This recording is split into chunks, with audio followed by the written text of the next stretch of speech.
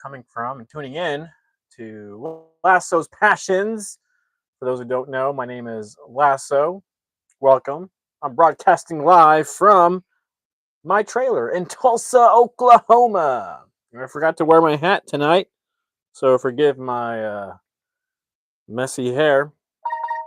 But tonight we are doing the last movie review of the year 2025, The Great Flood, one of the last movies to come out in 2025 on Netflix, by Netflix. A very interesting movie. Very interesting movie. Krishna in the house. What's up? Getting close to New Year's. Getting close to New Year's. How exciting is that? If you haven't seen The Great Flood, I highly recommend it. Netflix movie. It's really interesting. It's a disaster movie slash sci-fi movie. You know, pretty interesting. Nothing, Krishna says. Nothing, nothing. I have nothing planned either. But this is the last movie review of the year. I don't know when I'm gonna start doing them again. It might be a while because I'm gonna get back to art, do some art stuff, and I do my little spiel. And the movie's about AI. But interesting enough, this movie review and plot outline is brought to you by my book, Dialogues: Oklahoma Independent Cinema, Filmmakers, Actors, and the Future of AI in Film. I talk about AI in film and how it's going to revolutionize filmmaking, which it's already doing. I don't know if you heard the news in YouTube land, but there's a lot of, like, Higgsfield, for example, Higgsfield Cinema Studio. Um, they've enhanced the tools to make cinematic images, like really, really realistically. So I predicted it would happen. I wrote it in my book for those who want to know. Also, I have the Stay Gold Film Festival, which is taking in submissions for short films. Stay Gold, you can find that at filmfreeway.com. Krishna, a love for New Year, happy. Yeah, I'm gonna be with my parents. For me, I'm Krishna. You know what it is. You know why I'm happy? Because I'm celebrating the fact that I accomplished all of my goals this year. How many people can say that? What's up, Adrian Garcia? 7907 in the house. How many people, Krishna, can really say that in the beginning of the year they set their goal, and now it's the end of the year pretty much, and they've accomplished all of them? Not a lot of people can say that. I am one of those people that can say they've done that. Anyways, this is, if you're just tuning in, the last movie review of the year for me. And I've already set my goals for next year. I'm excited. But yeah, the Great Flood, very interesting. There's a twist in there during the midpoint that I did not expect. It threw me for a loop. I was like, what is this? What am I watching? What is going on? I thought this was like a disaster movie. It is a disaster movie, but this disaster movie is really a container. The genre disaster movie is a container for what's really philosophical in the movie. And the whole theme, which is the whole theme of the whole movie, is how love connects us and a real basis for human experience, and how maternal love between a mom and a son or daughter is what continues the human experience, even though it's not a perfect world, with a world that can end us in any minute, you know pretty interesting. And the whole dilemma of, can AI reproduce synthetically the human emotional experience, which is needed for the human species to survive. It needs emotions to survive. It needs that love, that maternal love between its parents and children. So that's pretty much the theme of the movie, and how it gets there. Pretty interesting. Like I said, during the midpoint, it has a huge twist. The biggest twist of any movie, I mean, since The Sixth Sense. I mean, it's a huge twist. You don't see it coming, and when it gets there, your mind is just like, mind is blown. Your mind is blown. And of course, the midpoint is obviously the highest point of emotional experience for the character to a degree. I mean, it really was. I mean, considering what happens to her son. But the things that are revealed about how the sun was created in the first place, who the sun is, and what his real purpose is, and the whole scheme of things. What the main character's main purpose is, and the whole scheme of things. It's crazy. It's such a crazy film. You do not expect it. I loved it as a sci-fi disaster movie. I absolutely loved it. It is a foreign film. It's dubbed in English, so you can listen to it in English. But it's definitely a film. I'm not sure if it's Korean, Korean or Chinese, or it's just one of those Asian type of languages that I'm not aware of. But the movie is short. It not short, but I will say it's about what, an hour and 40 something minutes. It's nice that it's not a super long movie like a lot of these movies I've been reviewing that they've been very long. Frankenstein being the longest movie out of all of them. But it was nice. It's nice because some of the movies I've been doing and reviewing, a lot of the inciting incident doesn't happen until 30 minutes into the movie, which is crazy. But I like how this movie is just straight to the point. And it's like essentially what's really cool too about this movie.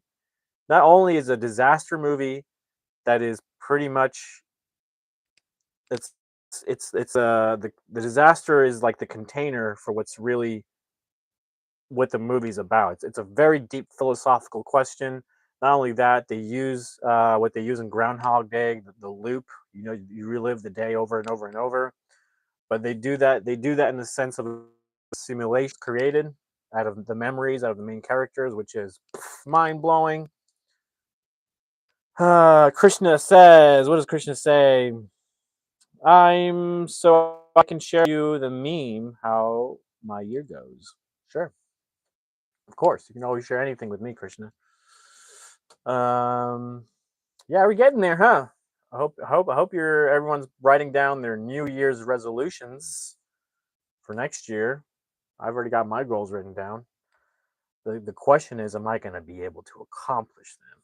That's going to be the question of the year of 2026 for me, because they're a bit tougher ones than this year. Um, but my only few critiques about the movie is that um, like it's very few. I'll start with the critiques and go into the plot of it all, the thick of it all. But there's a moment where the electricity cuts out. You're watching the movie. It's like 5 minutes into it, and like 6 or 5 minutes, yeah, and the electricity cuts out, but so does the phone. Which to me is like, well, your cell phone isn't connected to the house, so why would it turn off? That didn't make sense to me. Unless they have a whole different system in Korea or something, but I don't think. Yeah, just I thought that was weird. I thought that was weird. And then later on, she uses a special satellite phone to call her mom, but her mom doesn't have a special satellite phone. It probably has a normal phone. So if there was some weird cell phone disruption, how could she call her mom? Right? Why would her mom have a phone that's usable if she doesn't have a phone that's usable? So that didn't make sense to me. But that's really trying to reach out of straws to pick something out to critique, which I always try to do. Which I always try to do. What's up? What's up, Maria Rendon? Rendon. Hi. Have you seen that movie, by the way? Has anyone seen that movie? And let's see what else. There's another. Yeah, I'm happy. I'm happy the year is over. It's been a long year of just you know. I think because I had focused a lot of my energy accomplishing my goals. It was really hard for me to just fall back into depression. Right. I was just constantly focusing on my goals. Um, so I appreciate that, Krishna, because it's not easy.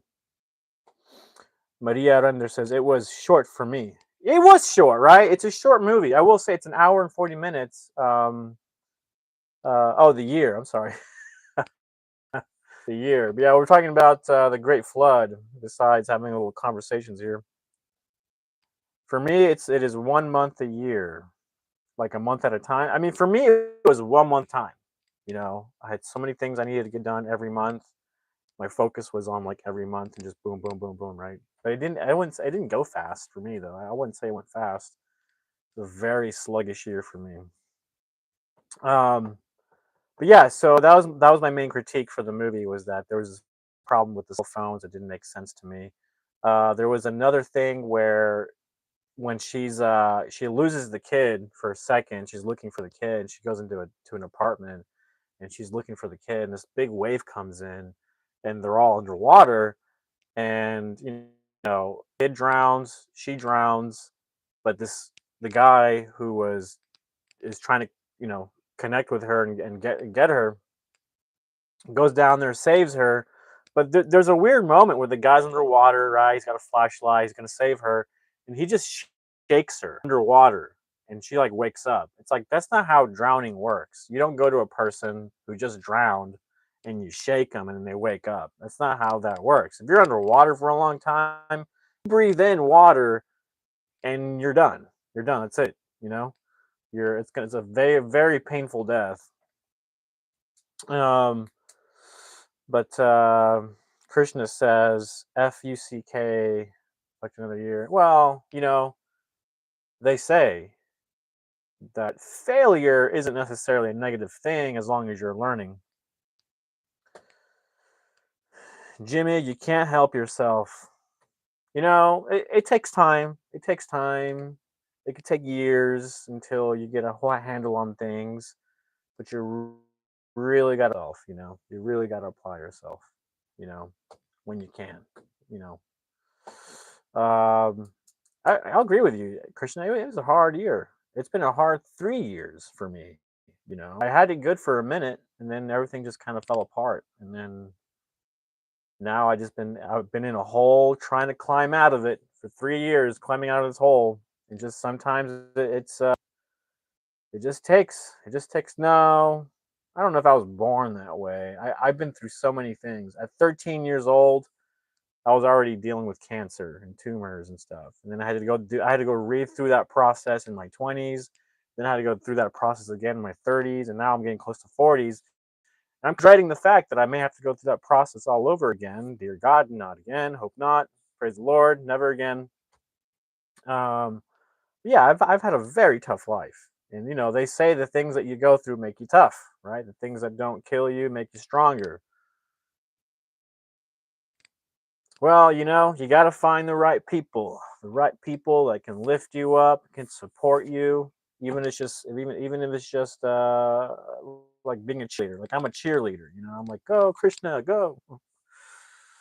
Um, but it's tough, man. It's tough. Life is tough. Life's gonna be tough, It just is what it is, and we'll be tested every day.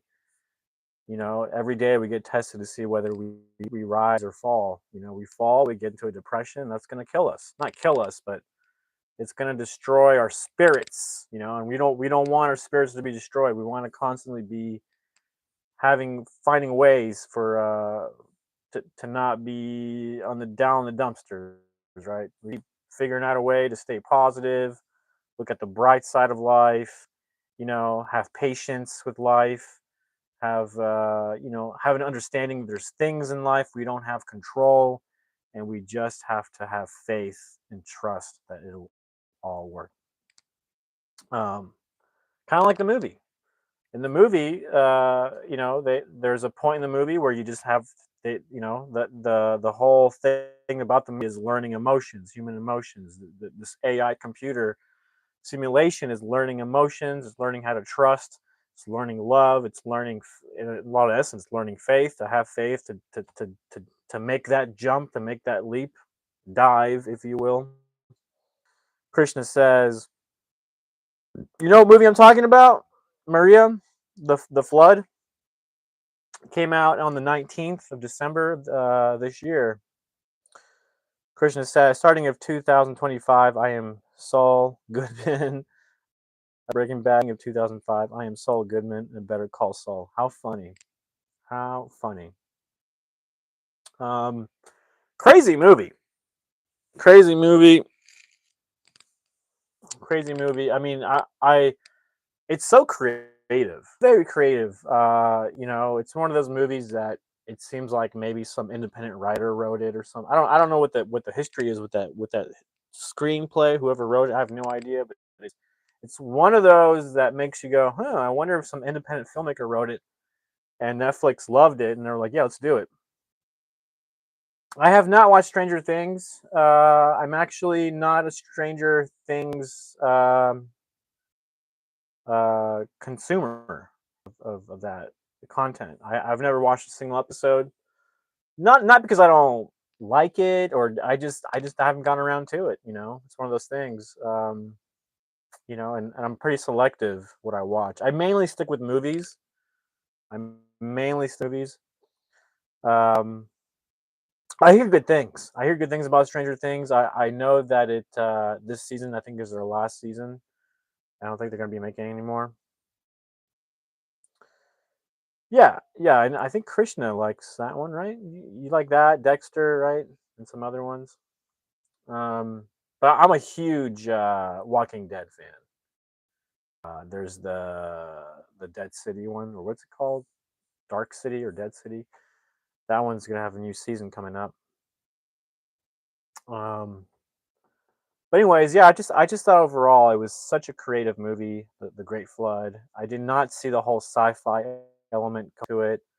And I loved what they did with the whole thematic aspect of the movie, the philosophy of the movie, the whole idea of can AI synthetically, human beings, emotions and love and this and that. Can AI understand that?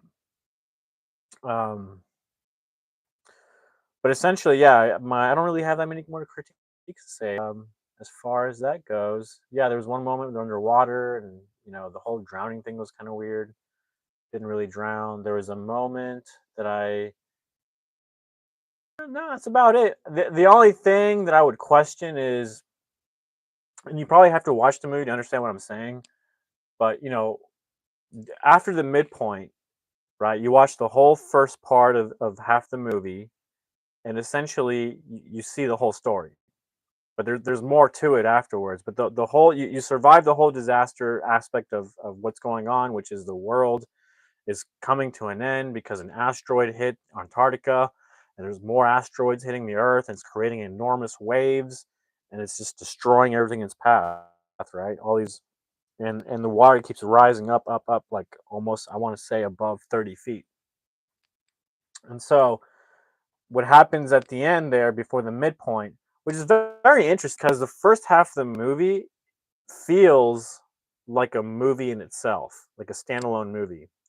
So that's what makes this movie interesting, right? You kind of get the whole story, but not really. There's some things that you need to know, and the second half of the movie, after the midpoint, you go into the sci-fi element, which is the that same day on a loop.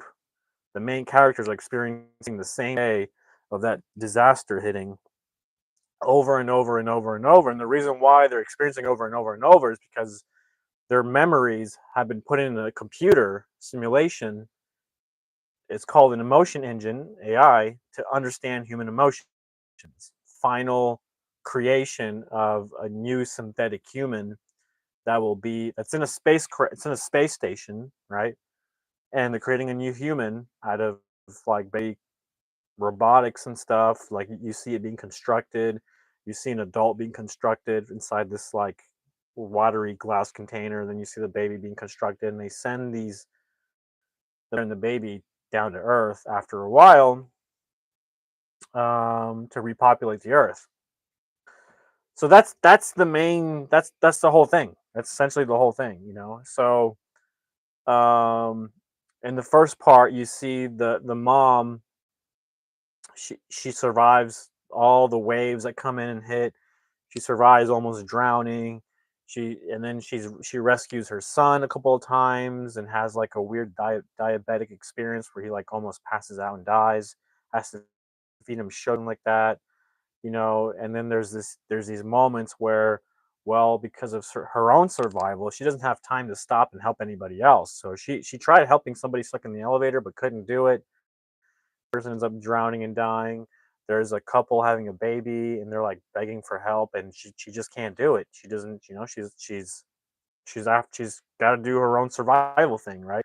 But it's tearing her up inside. You can see that's just tearing her up inside as a human being, right? The emotions of not being able to help somebody because of the time pressure. Everything's being flooded. She's on the 30th floor. There's a helicopter for her, and the reason why it's for her specifically is because she's part of a program, an AI program to simulate human emotions. And so she was specifically selected as one of the scientists to complete the task. She's going to be sent to space where there's a space station dedicated to creating synthetic humans that they're going to bring back to the Earth to repopulate. Pretty nuts, right? Pretty nuts. And here's the crazy part. Here's the crazy part of it all. Her son wasn't birthed naturally from her. Her son was actually synthetically created in order for her son. The deal with the company was they're going to create these children. There was like two created. They're going to live about 5 years, and then they're going to take their memories and insert it back into a computer for AI to analyze and understand emotions. And so the scientist, the main character, she was in charge of raising the child, who naturally got this motherly bond, right? And the child had a motherly and had a the child had a child bond with the mother, right? They had a natural love for each other, maternal love. Um, but but yeah, anyways, it's a crazy movie. It's so out there. It's so out there. That's why I wanted to do a review on it because it was so different from anything I've ever seen. Super interesting. It's a disaster movie, the end world, and they use AI and high tech to bring back humanity back to Earth, right after a period of time. So yeah, first part is a movie in itself, but there's missing elements, right? And then like you get thrusted into this, like the last thing you see, like right around the midpoint, is her going to space. She's in the space shuttle, right? She's an astronaut off it, and there's two spaceships, and they're heading to space.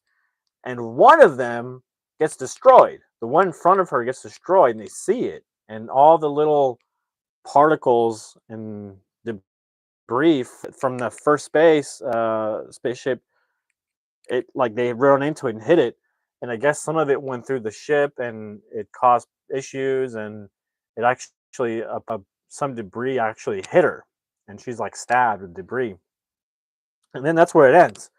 And then like it goes into simulations, and you're like, what is going on?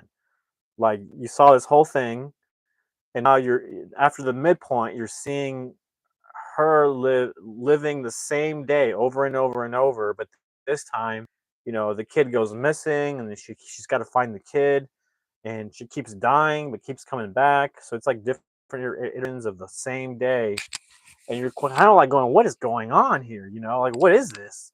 It's such a loop, like literally a loop of her life, but it throws you for a loop. You're like, "What is going?" You're confused, and it's not till the very end till you realize, oh, once the AI simulation is completed, in the sense that basically the simulation keeps repeating over and over and over until the main character completes the mission simulation, which is that the simulation needs to understand what human emotions is.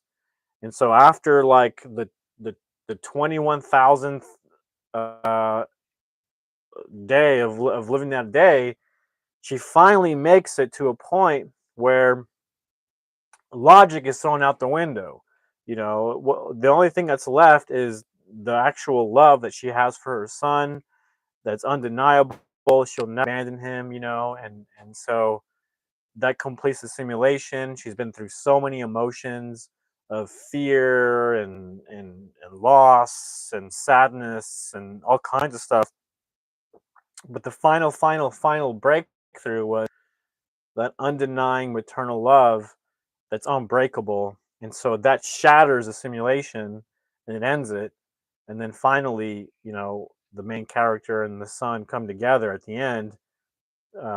one last in the simulation, and it all becomes connected. And so that's when we see at the very end we see us like little spaceships like being thrusted out of these main space stations, and inside of those little spaceships is the mom and the kid, and you see lots of them. They're heading to Earth, and Earth is like completely flooded. There's parts of Africa still remaining, a little bit of Europe still remaining, but everything has been flooded, and it's like the whole everything's just different, right? So they're headed back to repopulate. Um, that's where it ends. So that's it in a nutshell. That's pretty much it in a nutshell. Just to give you a sense of it, because if I go through it, scene by scene, you're gonna be like, what is going on?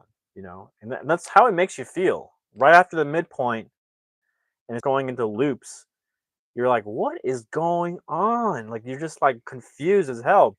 What I did about after the midpoint, a nice little detail that I really enjoyed was that her shirt kept changing numbers, right? So like every time she repeated the day, the numbers would increase, right? So that's what I'm saying. Like on her shirt, it would say 449. It would say like 1,000. It would have the number of attempts that she is on to complete the simulation. And it wasn't until like 21,500 that she completed the simulation. Which, who knows who knows how long that actually is, as far as were there any humans left on the space station? Did they all die of age? How long did it take for the world to unflood, get back to kind of normal? So it's very like it doesn't really tell you how much time went by. The only thing we know as far as time is the kid goes, it's been a like the only thing we know of time is there's this one line in the movie where the kid says, "It's been such a long time I've been waiting for you." In the simulation, the mom is looking for the kid. So finally, when she finds him, that's the line he throws at her. It's like, a long, long time ago, you told me to come here and hide here, and this is where I've been the whole time, right? And in your head, you're wondering, well, what does that mean? A long time ago? Does that mean how many years is that? Did years go by in terms of the simulation? Like how much I'm this is a serious question to have. Like it doesn't fill you in on how much time went by. That's the only thing that's lacking there. Kind of ambiguous as far as how much time went by. I would have loved to know how much time went by, but it doesn't tell you, and that's my other critique about it is like you don't know how much time went by, and you're just like it just leaves you a little bit unsatisfied. Like tell me, damn it, how much time went by? How much time? It just doesn't tell you. Um, but I okay. So those are my critiques. That's the overall gist of the movie. I enjoyed it. I recommend it. Even though there were some parts that were questionable and left me unsatisfied, still give it two thumbs up. It was a really creative movie, and like I said, I've never seen anybody do a movie like this. As far as sci-fi goes and movie disaster goes, and using the loop, kind of like what Groundhog Day or Edge of Tomorrow, how they use the loop. This was a very creative way of how they use the loop. Very creative. Props to them, whoever came up with it. Um, so that's that. Now, as far as going plot by plot, I'll go scene by scene. So the movie starts out, and she wakes up, which her waking up is kind of a bookend. They do the same thing at the very end where she wakes up, and the boy's like, wake up, mommy. It's like the first line you hear.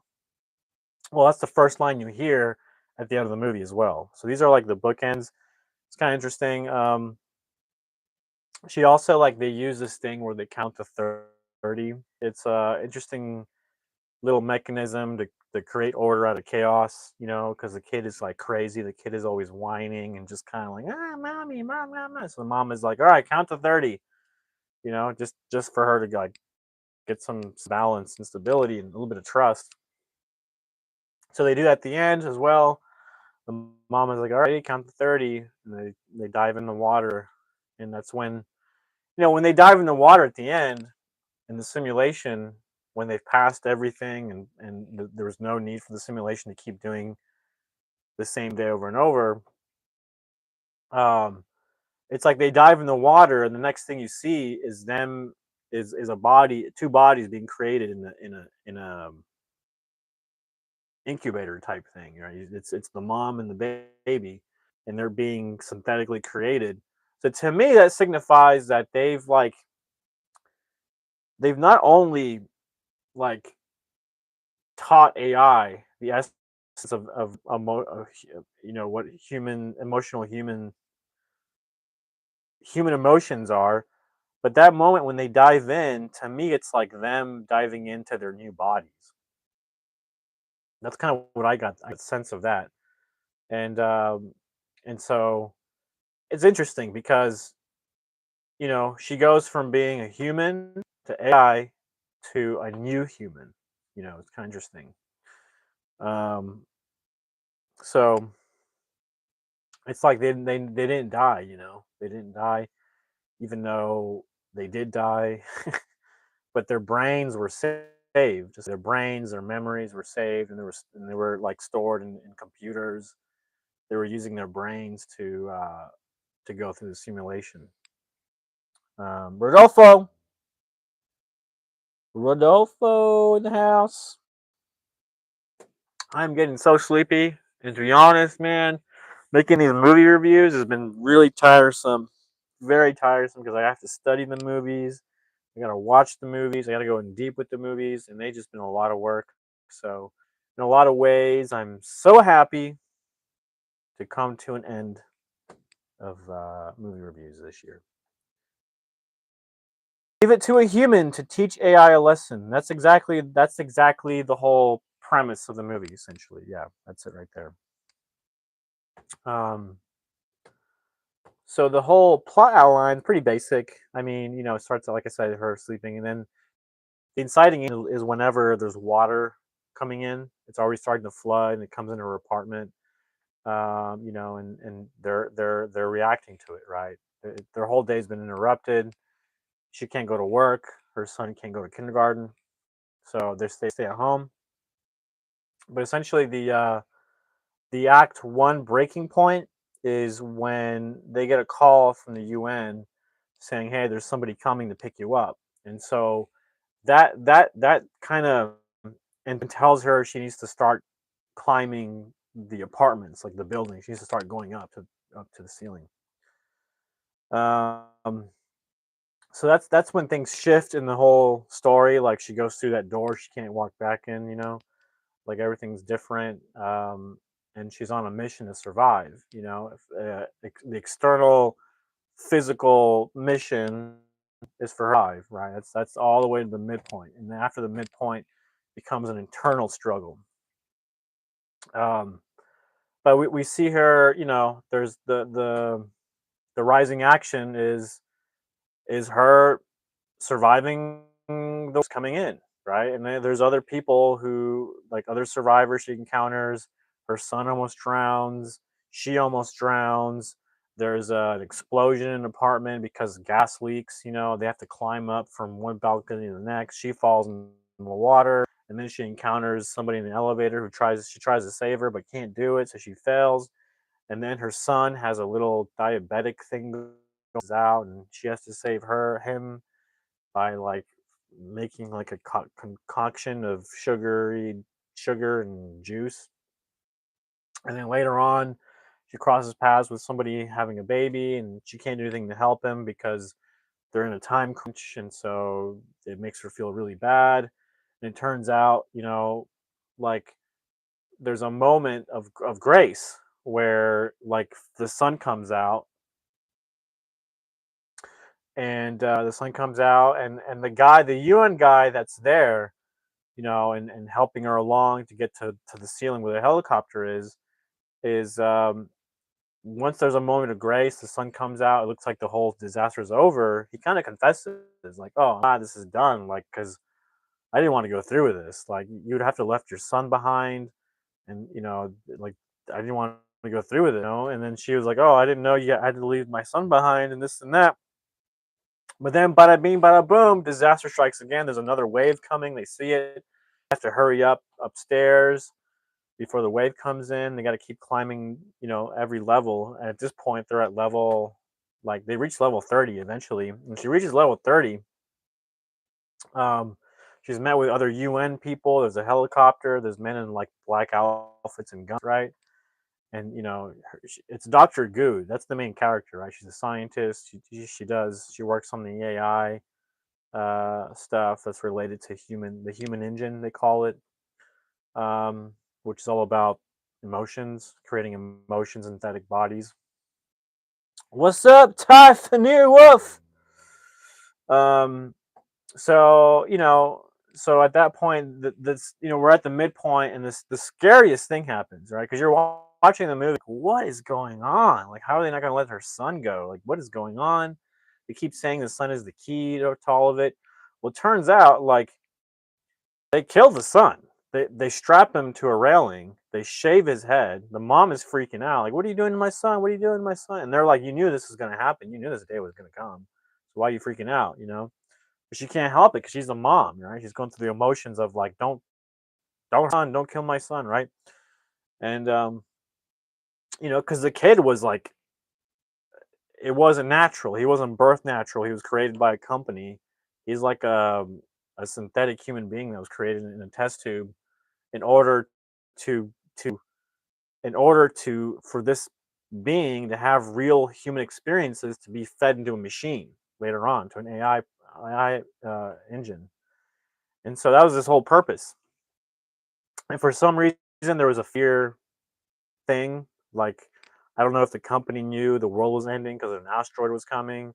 So they had 5 years to create these babies, to have them to create real memories and real emotions for it later to be used in this AI machine. It's not very clear why 5 years. They just said 5 years. Anyways, so there's the kid. They shave his head. They inject him with something that makes him bleed, and they take a little like, what do you call it? It's like a machine that's got a blade, and pretty much open his head. They put his brain in this box, and it's labeled New Humans 77. So it's kind of interesting. They take the box and the mom to a helicopter. They go to a what do you call it? A rocket launch. She's in the spaceship. Two spaceships launch. They go to space, and one blows up because it gets hit by a meteoroid, and some of the debris ends up going to the second spaceship where the mom is, and she gets stabbed by debris. And she decides, since I'm gonna die, might as well use me as the human subject for the mom, for my memories, insert my memories into the computer, and have the simulator go loop over and over and over and over until it learns what real human emotions are. That's basically it. Okay, that's basically it. And the second half of the movie, it's a loop of the same day based on the memories of the kid and the mom, and they're both living the same day of that day when it flooded. And every time she fails, she's got to start over. And the only way to succeed is by throwing logic out the window and just really using instincts to get to where she needs to get her son, to use the memories, to use love, to use her emotions and whatnot.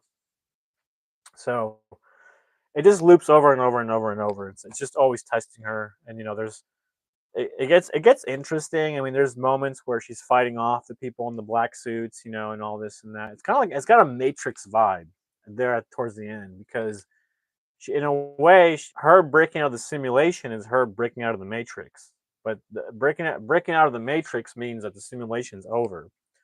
That she did her job as far as finding her son, completing the circuit of like, I'm not going to abandon my son. My love for him is eternal. I'm going to do everything in my power to get to him. And so they both escape the tricks, if you will, by choosing love. Kind of corny, in a way. But the whole point of the simulation was it was for it to learn what it means to have human emotions. You know, love and all, and fear and faith, and all sorts of human emotions. Anyway, I'll just leave it at that. Now that I've talked about it and kind of made sense of the whole movie, I think if you watch it, it'll make sense. Because I watched it the first time, I was lost. I watched it the first time, I was like, what just happened?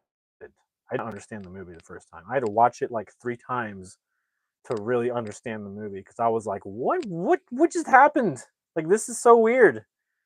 Not a whole lot is explained. It's very minimal, which I do like movies like that. It doesn't just tell you what it is. But I had to watch it three times to really understand it because it was one of those movies. It doesn't tell you everything.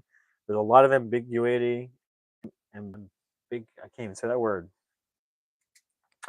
But but that's what I like about it. You know, I do the fact that you had to watch it a couple times, a few times to really understand it. Because you're like, what the heck's going on, right? As soon as the simulation starts, you don't know that it's a simulation, but you're just like, why is this movie looping? Why is it suddenly looping over and over and over? I don't understand. So finally, it reveals a few things towards the end. You understand, and finally, when she completes the circuit of like teaching the AI machine what human emotions are, she's rebirthed into her new synthetic body. Her son is rebirthed into his synthetic body, and there's spaceships going back to the Earth, right, to repopulate. Anyways, that's that. That's the movie. I highly recommend it. Highly recommend it. It's a fun one to watch. Disaster slash sci-fi slash loop. Pretty crazy stuff. What do we got here in the comments? Krishna says, Rodolfo says, and this new humidifier works like a dream. I use it at night, and when I wake up, my nostrils and sinuses are pleasantly moist, not crusty. Well, there you go. That's a bonus. That's a bonus right there. Krishna says, nobody can fix my luck. Maria says, I hope you find yourself a girlfriend before New Year's, and I pray to you that you get better luck in your grades. Krishna says, I can't find anyone who will love me. You know, Krishna, here's what I recommend, my brother. On YouTube, there's a lady named Abraham Hicks. Abraham Hicks. Like Abraham Lincoln, but Abraham Hicks. Hicks. Abraham Hicks. Look her up. Look up Abraham Hicks and watch her videos. Watch at least one of her videos every single morning. Every single morning. It's like 15 minutes, maybe 30 minutes, maybe an hour. I don't know. But you watch those every single morning, I promise you, life will begin to make more sense. It won't be as dark and gloomy as it seems right now. But I'm telling you, can you do that for me?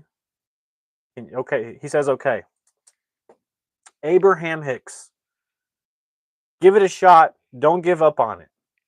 Like, give it a real try. Give it a real effort. Listen to her every single morning. I promise you, things will start to make sense, and you'll start believing in something that you never thought was capable. Krishna says, we can watch 2 videos in one day because I don't have any job except studies. That's perfectly fine. That's perfectly fine. Watch one video a morning, and that's going to be life changing. I promise you that. I promise you. I wouldn't lie to you. I would not lie to you, my brother in India. Abraham Hicks, life changing stuff. Listen to her every morning, every single morning. Maria says, I hope you can feel her with her videos. Do you know who I'm talking about? Maria Abraham Hicks? Life changing. Changed my life. Just listening to her videos every single morning before I started my day was completely life changing for me. I should do that again because I haven't done it all year this year. I've been so busy focused on my goals, I haven't been listening to her. But I listened to her for a whole year every single morning, and it was life changing. All right, Krishna, you take care. If you're leaving, take care. I hope if I don't see you or talk to you before the year is up, I want to say, maybe this year was rough, but I want to wish you a happy new year, a happy 2026. Your luck will change in 2026. I hope that it does. God bless you, and I'll be here for you. I'll be here for you 26. No, no, he won't forget. God won't forget you. No, that's not going to happen.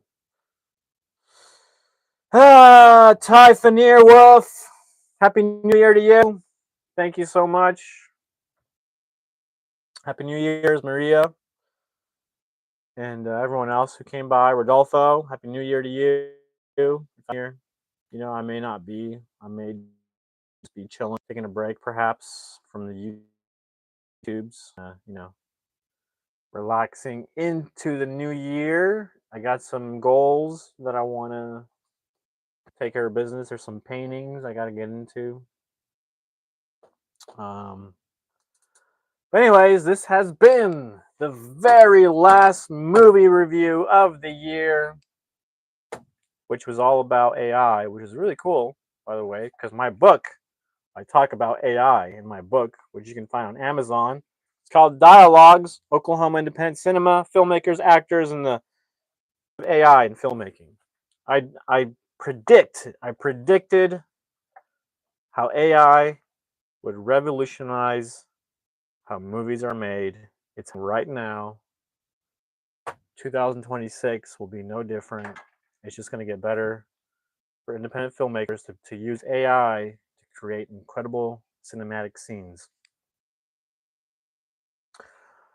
I can stay on for a bit. It hasn't been an hour. I usually do an hour. It's only been 47 minutes, so I'll give you another about 13 minutes because I have a headache. I'm not gonna lie, pretty tired. I think I've reached my limit of doing movie reviews. I'm glad this is the last one I do. I'm not sure when I'll get back to it, but you needn't concern yourself. Well, that's good. Hope you're doing okay. You're doing okay. Sometimes it's good to hang out with somebody for a minute. I was a little depressed yesterday because I've been applying for jobs. No one's returning emails or I don't have a call back, So I'm just like, man, I've applied to so many jobs. You tell me none of them are interested in me. I have such an amazing experience, resume, degrees. Like it doesn't make sense for them not to call me back, It just doesn't make sense. So I'm gonna apply for another job actually, probably tomorrow. Yeah, I probably have some kind of sinus headache. Yeah, I think so. It's like in this area. It's in the eyes, kind of right here. A little bit, yeah, a little bit right here. Well, I've been up kind of early. Like I said, it takes a lot of work to get into these movies to really break it down. And so a lot of it's just kind of a headache from that. Also, just doing that nonstop for months, doing movie reviews is challenging. It's time consuming, takes up a lot of energy, takes up a lot of mental capacity. I mean, it that's why I have a headache because I almost didn't want I almost gave up because I was like, man, I'm so tired of doing these movie reviews. They take up so much intellectual power to do them, and tonight is probably not my best review. But like I said, I'm pretty tired. No, I'm not feeling that sick. I'm not that congested. All I need is my AC, my cold weather. So you need humidity. I need cold weather. I need freezing cold in the room for me to fall asleep. I might have some tea. Talking kind of creates the congestion. so I may have something to drink before I go to bed. Maria is back. Um, but yeah, anyone else? Anyone else excited for next year? Anyone got any goals they have planned themselves for next year? I know there's a lot of books I want to read. There's a lot of books I want to read. I may venture into sci-fi because I do like a good sci-fi. And watching this movie, the Great Flood, it's got a sci-fi element that really inspired that whole sci-fi thing. Maria says good night. Well, good night to you. Um, I'll probably give you guys 2 minutes before I go to bed. I like to do 1 hour, little live chats, little live thingy bobbers.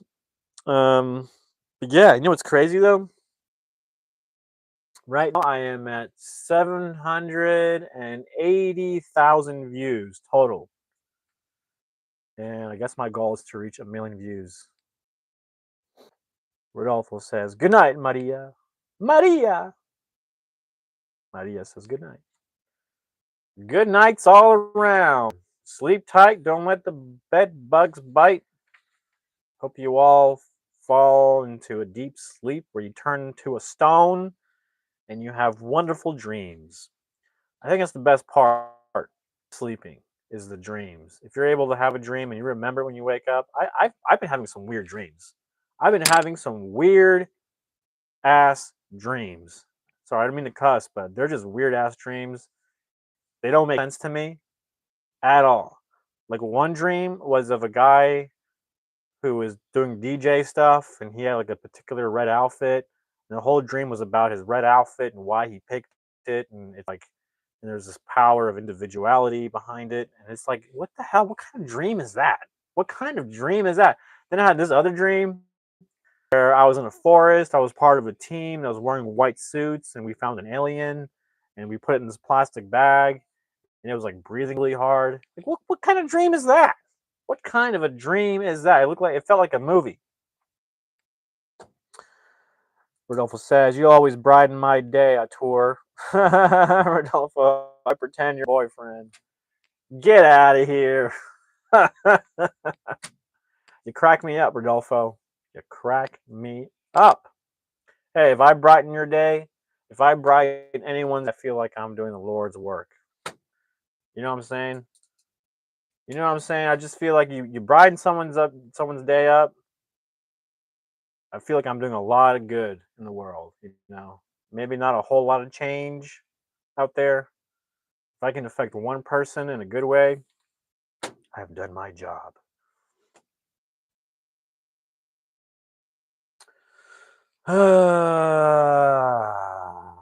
So yeah, as far as movie reviews go, I'm taking from that because they are exhausting to do. To study the movies, watch the movies. So I'm gonna take a break from that. I'm gonna get back into the arts, start doing drawings and painting, teaching some art, do some art courses. I appreciate it, Mr. Rodolfo. You know, and whatnot. Um, I'm gonna write a second book. This is my book number one. I'm gonna write a second book. I'm excited about that. It's gonna be a lot of work, but you know, that's my goal next year. I have a goal to get a full time job. Doing that. I got some other goals. I'm releasing kids. My feature film, Stray Kids. It's taken 15 years to make. I'll be releasing it January 1st, so keep an eye out for my movie. Yeah, I will. Sure. What I'll do is I'll post on my where I do posts, where I make posts. I did a short where I just kind of quickly filmed all my art on display right now. It's at a movie theater. I paint celebrities, and I go out and meet the celebrities. They sign it. I take a picture with them. So I've been very lucky to meet a lot of heroes and paint them and have a little moment with them, hang out with them. Some people say it's a big deal. I don't think it's that big of a deal. It's just they're just people, and it doesn't help my career in any way. I don't think it has. You know, it's not like I'm friends with them. I just had my little hangout time with them. But yeah, Stray Kids is my feature film, my latest feature film. Uh, like I said, it's taken me 15 years to make, long time, because I did it all on my own.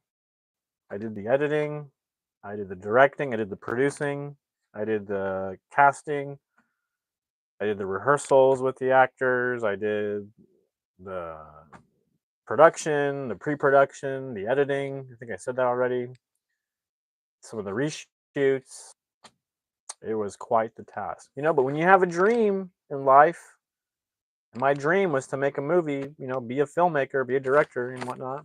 That's my dream, among other stuff. Like I love acting. This year I was on stage as an actor. I memorized 60 lines for a play and a ton of cues, and I nailed it every night.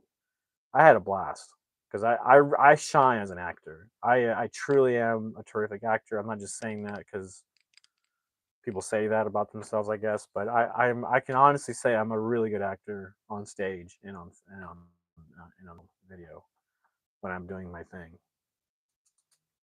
But yeah, Stray Kids will be released January 1st, 2026. I said, why not? Why not the first? Just release it. It's like the first accomplishment I do of 2026. Rodolfo says, I read some book by Don Bacardi about people he met and sketched and interviewed, sort of. That's pretty cool. So I'm not the only one that does this kind of thing. Yeah, I have fun doing that stuff. I don't know why. It's just a thing. Like so people have their thing, right? Like hobbies and stuff. This is like a weird hobby I have of just painting celebrities and trying to meet them and hang out with them. And most of the time, when I show them a painting, their minds are blown. They're like, "Oh my god, this is amazing! Can't believe you did this. This is great." And I get to hang out with them. They sign it. They take pictures. It's a whole thing. It's a whole thing. But yeah, pretty exhausted. Pretty exhausted. I'm gonna sleep in tomorrow. I'm sleeping in until 11. I'm telling you that much right now. I'm sleeping in. I got nothing to do. Nothing to do but sleep in and catch up on my sleep and prepare for New Year's. I don't have plans. I may just go hang out with my one friend that I have here, or get a couple of my friends together probably and just hang out with them. I might do a live with my friends. How about that? Gather few of my friends. I got a music video that I'm working on. We did reshoots on Sunday, and I'm gonna finish the editing on that pretty soon. Release that in February. So I'm releasing a music video in February. Rodolfo says his boyfriend from his teenage years was Christopher Isherwood, the writer who was way older. Interesting. Right on. Right on. Right on. Whatever floats your boat. No judgment. People have their cup of tea. I have mine. You can't change people, I guess, when they're one thing and they do something that you can't change them. I try, Rodolfo. I try, man. I really try. I really try to make the best out of life. Sometimes you're handed a hand of cards, right? And you do the best you can with that, and that's exactly what I'm doing. I do the best I can with the hand I was given. You know, no whining about it, no playing victim about it, no pouting about it. It is what it is, and I do my best. That's all I can do. All I can do my best and just try. try to get some stuff done. Like bucket list. Everybody has a bucket list, right? Like, I might as well go through my bucket list and try to get some stuff done before I die. you know, some things that people don't like to think about, but I think about my legacy every now and then. Like, what do I want to behind when I die? What is it? What statement do I want to leave behind? What I did, does it mean anything to anyone? Maybe to a small amount of people, what I did meant something to somebody. And that's really see I'm trying to leave behind. But yeah, yeah. I don't like to stay stationary because life just seems very boring at that point. I like to be busy with stuff. It may not be the most impressive stuff. I know a lot of people doing impressive stuff. I just don't have the skills for that. I don't have the skills they have. But, whatever. Like I said, everyone's dealt a hand. Well, you only say that because you haven't thought about it. I was the same way until I started thinking about it. I was like, what is it that I want to leave behind? And then I thought about it, and then my life changed. I started really focusing on my goals, and they all had to do with what I want to leave behind. And there's nothing wrong with not leaving anything behind or a statement, or I just think preference, right? It's like, do you want to? Do you not want to? Some people don't want to, and some people do. I'm willing to go through the trouble to in my life, the sacrifices and whatnot to leave something behind. Sure, sure. Why not? Why not? That's okay. Not everybody thinks that way. And I think primarily the reason why I think that way, Rodolfo, to be honest with you, is because I don't have a wife, I don't have kids, right? And so most people, their legacy continues through their kids. And I can't have kids, and I didn't meet the right, and so at least yet. But even so, I can't have kids, and even if I adopt, yeah, they're kids and my kids, but they're not really my kids. They're not my genetics, not my. You know what I'm saying? But that doesn't mean otherwise. But I was like, just in case that doesn't happen, just in case I don't find my wife, just in case I don't find that really good job and can afford to adopt kids and whatnot, just in case that doesn't happen, I'll find another way to continue my legacy. That's my thinking. That's where it comes from. The fact that I don't have kids, I can't have any, that's where that mentality comes from. He says, Rodolfo says, people will come divide you my stuff, then donate the rest to go to well. Yeah, yeah. I don't have a will. I haven't created a will. That's something I should look into. Create a will and just say, hey, this goes to this. Probably goes. I'm probably gonna just say, hey, this goes to my brother. This goes to my nephew. This goes to my niece. Just little shit like that. But I don't really own a lot of stuff. Like I said, a lot of my stuff is just in the arts, my paintings, my book. That's all I got left behind. And if I die tomorrow, all I'm leaving behind is my book and my paintings. That's it. That's all I got. That's all I got left behind. Which isn't too bad. Not too bad. Not too shabby. Not too shabby. But I still want to build upon it. I still want to build upon it and leave more behind. Anyways, I'm gonna wrap it up here. I'm gonna wrap it up, and this video will be available, I'm sure, tomorrow afternoon for those who want to watch it. And yeah, I'm gonna say good night right here, Rodolfo. You have yourself a good night. And if I'm not on here and whatnot, yeah, have a good New Year's. See you later, Rodolfi. I have an uncle named Rodolfo, by the way. I'm a fan of that name.